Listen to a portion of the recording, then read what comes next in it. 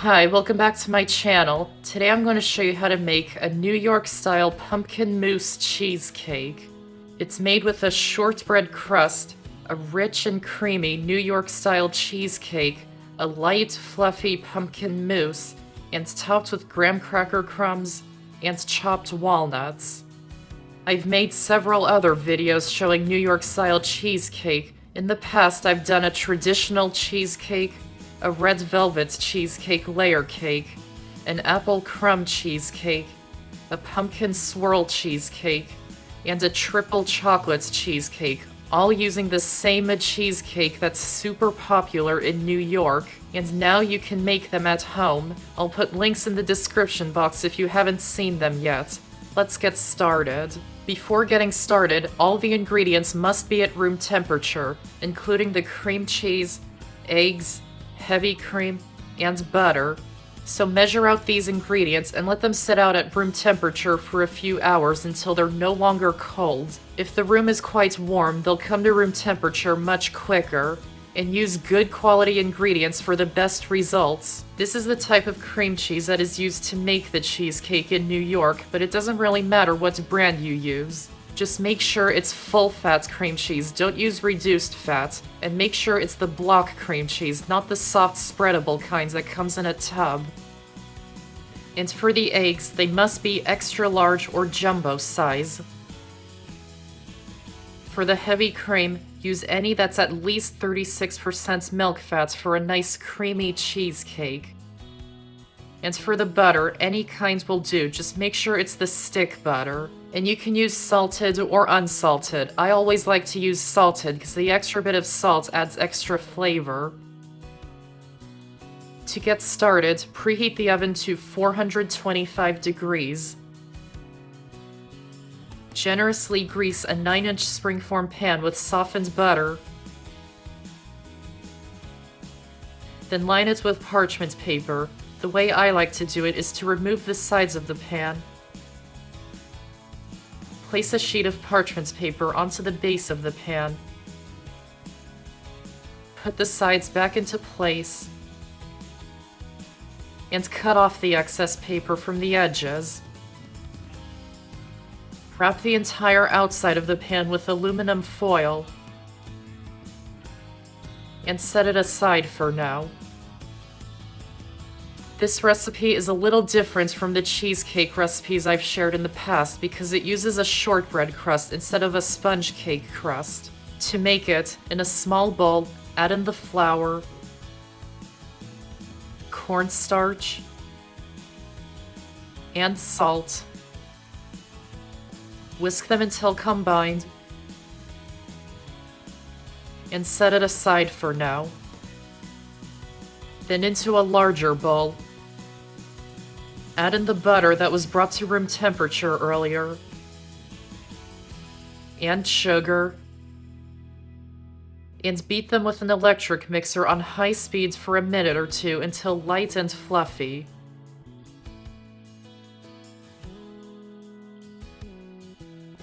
Separate 2 of the eggs that were brought to room temperature earlier. We only need the yolks in this recipe. Add the yolks into the creamed mixture. Add in the vanilla extract. And beat them in until well combined.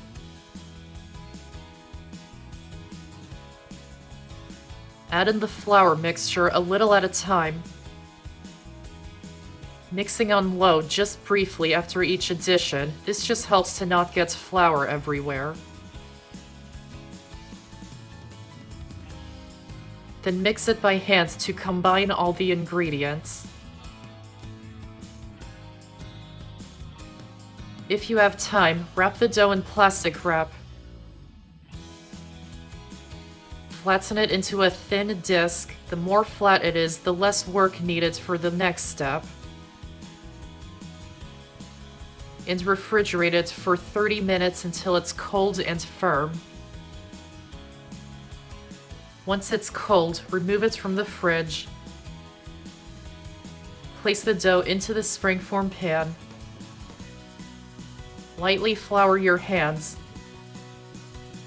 and press it all over the inside of the springform pan, letting it come about 1.5 inches up the sides, trying to make the thickness even and making sure the crust isn't too thick in the corners of the pan.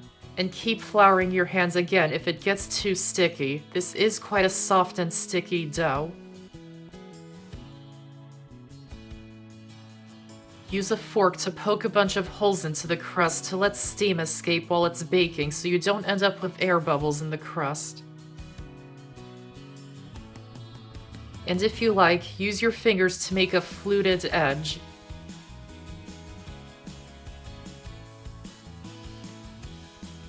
Then place it into the freezer for 10 to 15 minutes until it's really nice and cold. Once it's well chilled, remove it from the freezer.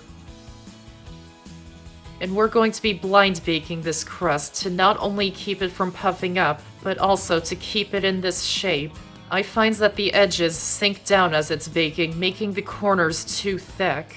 To do that, grease a sheet of aluminum foil and press it inside the pan all over the crust.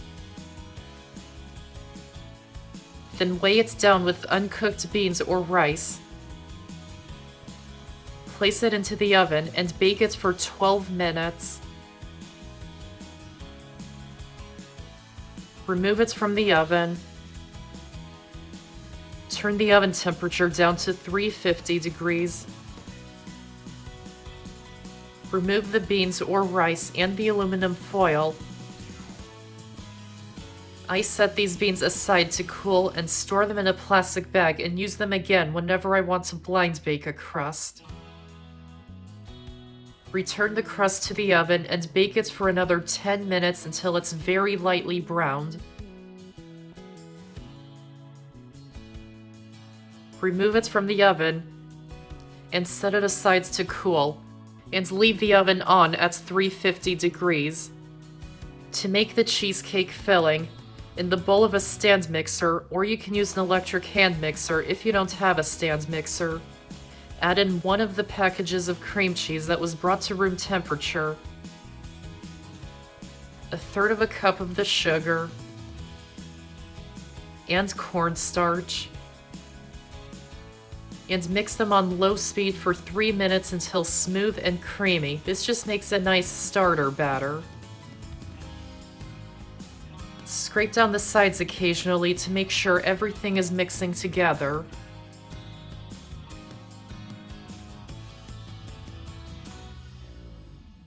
Add in the remaining cream cheese, one package at a time, mixing well and scraping down the sides after adding each one.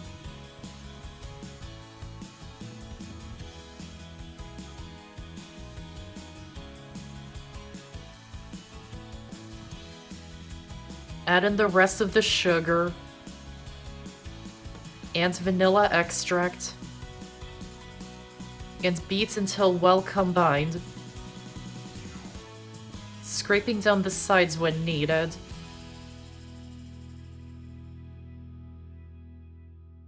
Add in the remaining eggs one at a time, mixing well after adding each one, and scrape down the sides when needed.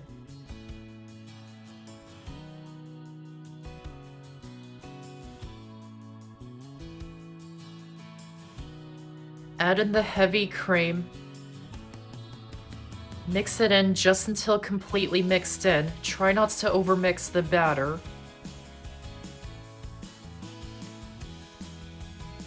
Then finish it by hand to mix all the ingredients.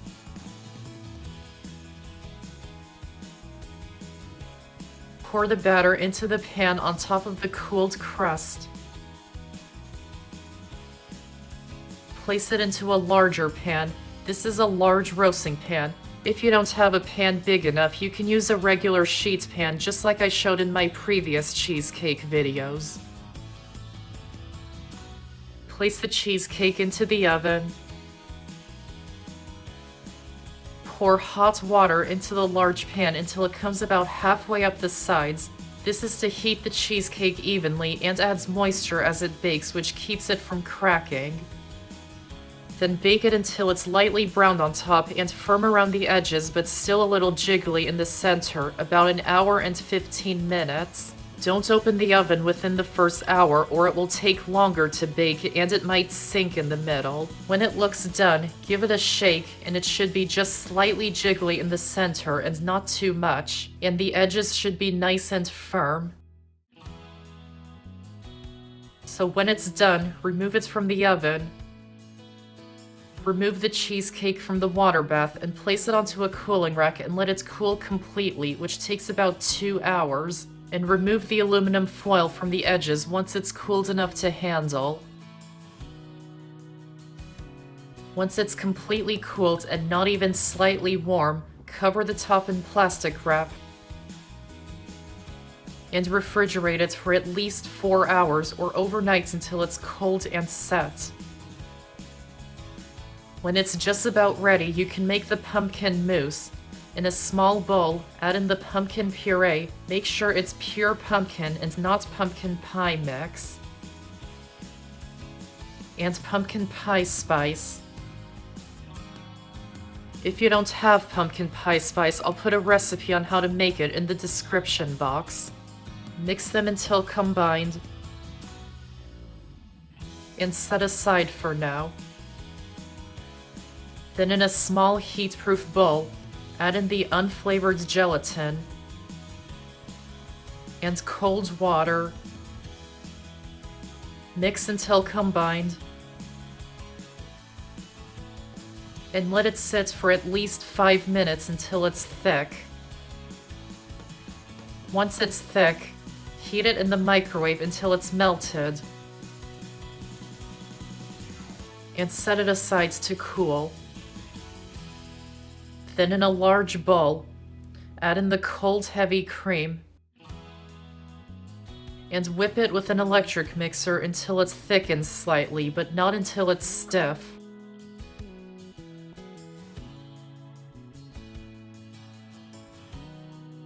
With the mixer running, add in the sugar and keep mixing until well combined. Then add in the vanilla extract. Mix it in until it's combined. Then add in the spiced pumpkin mixture. Mix it in until combined and continue whipping until it's thick. Try not to over-whip it.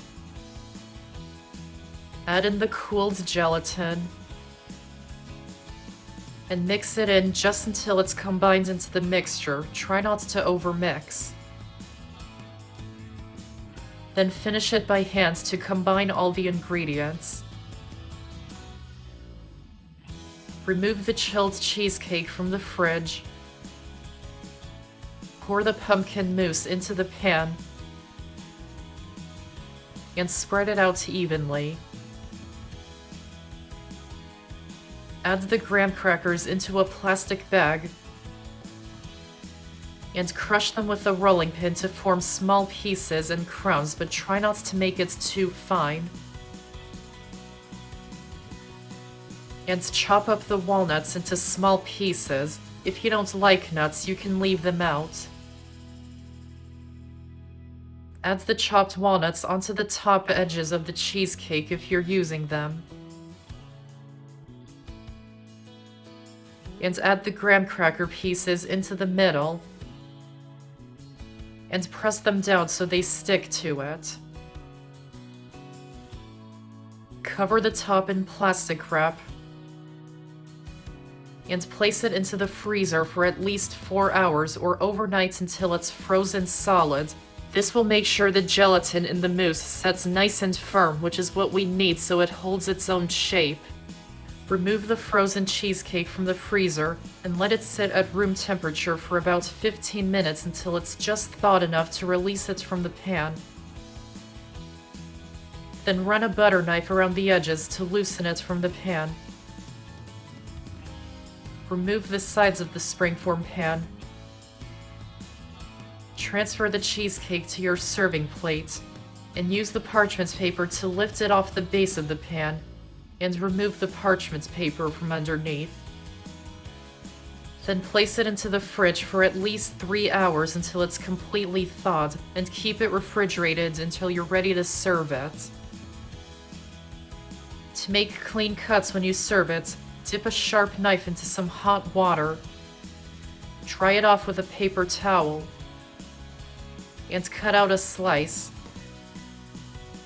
Keep dipping the knife into the hot water and dry it off after every cut. And that's how to make a New York-style pumpkin mousse cheesecake. I hope you enjoyed this video, and if you did, give this video a like and check out my channel for many more videos and subscribe to my channel for more to come. Thanks for watching, and I'll see you next time.